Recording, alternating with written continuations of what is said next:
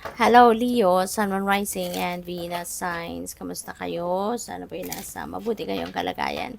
Welcome back po sa Star Tarot. At kung bago kayo rito, welcome din po kayo. Please subscribe, like, share my videos, and leave me a comment kung nakaresonate po kayo. Thank you.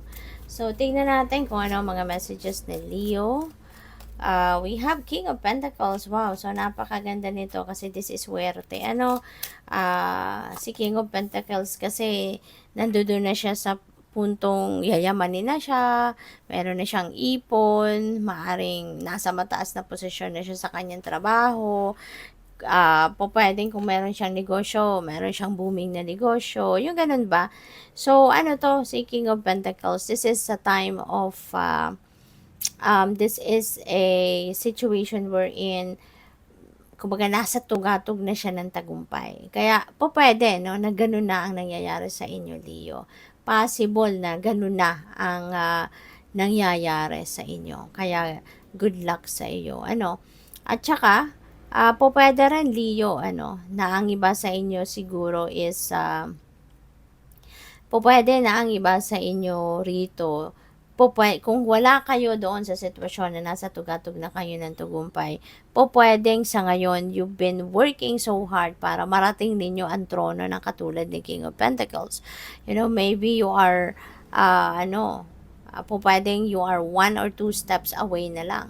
Kasi nagsisipag kayo, 'di ba? Maaari din na meron dito mga offers sa inyo, 'di ba? Para na mas marating ninyo ang tugatog ng tagumpay na katulad ng kay King of Pentacles. Maybe you are working so hard sa ngayon, 'di ba? Para marating ninyo ito. Temperance, kailangan lang din ninyo dito ng patience. Okay? You need a lot of patience kasi wala namang instant na success. 'Di ba, Leo? Kailangan na ma-realize ninyo na kailangan ng pasensya. Lahat ng bagay, it takes time. Lahat ng good things, it takes time. Kaya kailangan na marunong kayong magpasensya. Marunong kayong magbalanse para mas maging maayos ang journey, yung ganon. Okay? So, we also have the Nine of Swords. Nine of Swords, ano ito yung parang nagkakaroon siguro kayo ng sleepless nights, nightmares, baka meron kayong pinag-worry. Kasi kadalasan, 'di ba, pag masyado kang nag-worry, masyado kang stressed out, doon nagkakaroon ng nightmare, 'di ba? So, baka kailangan ninyo dito ng kausap, Leo, kung ano man ang dahilan niyan. Baka kailangan ninyo ng kausap para at least mailabas din naman ninyo or ma-vent out ninyo kung ano yung mga saloobin ninyo. Kasi if you're not going to share it with other people, yung lagi lang nasa isip ninyo yan, lagi lang, paikot-ikot lang yan dyan sa isip mo at paulit-ulit lang yung stress, 'di ba, na mararamdaman ninyo diyan. Kaya as much as possible, 'di ba? Maghanap kayo, think of someone na makakatulong sa iyo. Think of someone na makakaano sa inyo. Think of someone na makakatulong sa inyo na ang tawag dito, makakatulong sa inyo na magkaroon kayo ng linaw sa inyong isipan. Okay? Kasi hindi po pwedeng yung isip ninyo yun at yun lang. Otherwise, magmamagnify yung ano ninyo, yung negative energy. Kaya mas magandang meron kayong makakausap, 'di ba? Para meron makapag-advise sa iyo or kung hindi man, 'di ba? At least may makikinig lang sa inyo. Malaking bagay na 'yon, 'di ba? Na meron kang mahihingahan. At not necessarily na hihingi ka ng advice sa kanila, 'di ba? Yung ba may makausap ka lang, Para maiba naman yung yung kausap mo, hindi lang yung sarili ninyo. So, by the way, maraming salamat for subscribing. At kung hindi pa kayo nakakapag-subscribe, subscribe na kayo. At saka maraming salamat din for those of you who are not skipping the ads. Malaking bagay yan. At saka please click the join button sa baba ng video po kung gusto po ninyo na mag-join sa membership. So, we have health, safety, comfort, spiritual connection. So, siguro ang iba sa inyo dito will be maaring marirealize ninyo na kailangan kong magdasal, 'di ba? Kasi baka sa sobrang kabisihan ninyo in the past or lately, baka hindi na kayo hindi na kayo nagdadasal, hindi naman lang kayo nakakapag, alam yun, tune in, no, sa divine.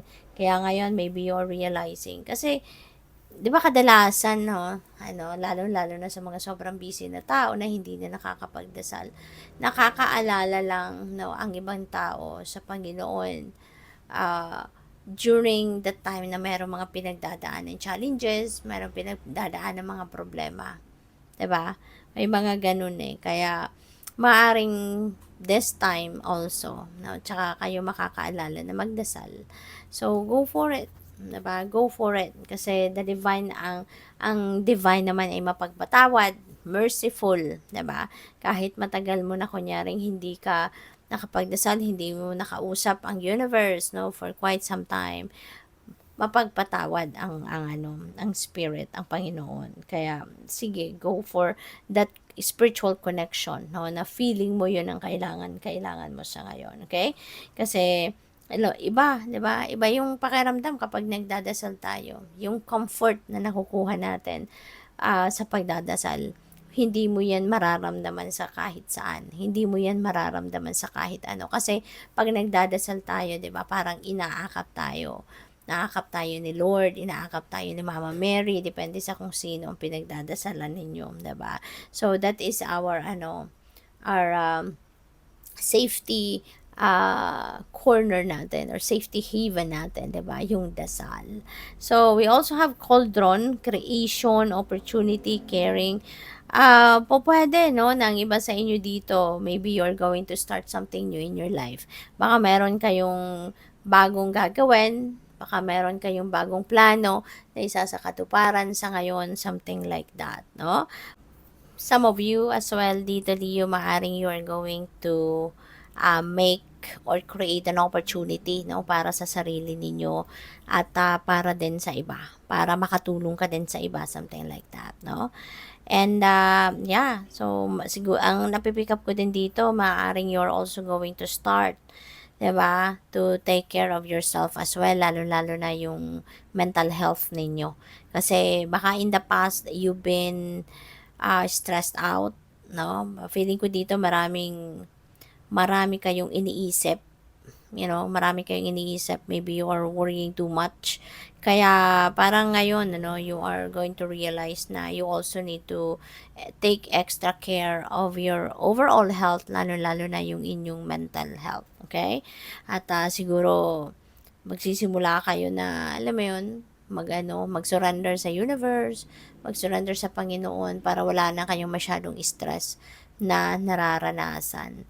So, we also have change, no? So, you're definitely going to embrace some change. Definitely related yan dito kay Cauldron na you're going to create something, no? A new opportunity para sa sarili mo, that also an opportunity that would help other people as well, 'di ba? Kasi tawag dito, yung hindi lang lagi yung sarili mong iniisip mo, no? Lagi mo din iniisip kung paano ka makakatulong sa iba, meron kang mga iniisip na gagawin para sa sarili mo that also makakatulong din sa iba. So, yun ang napipick up ko dyan. Kaya, for sure, from thinking negatively dito, pamumroblema dito sa Nine of Swords, unti-unti, siguro makakatulong talaga ang pagdadasal ninyo at magkakaroon ng pagbabago, no, sa perspective ninyo, sa pagdadala ninyo ng sarili ninyo. You will be starting siguro to embrace positivity, kaya ito yung magiging pagbabagong magaganap. So, good luck sa'yo. Thank you for watching. Love and light. Namaste.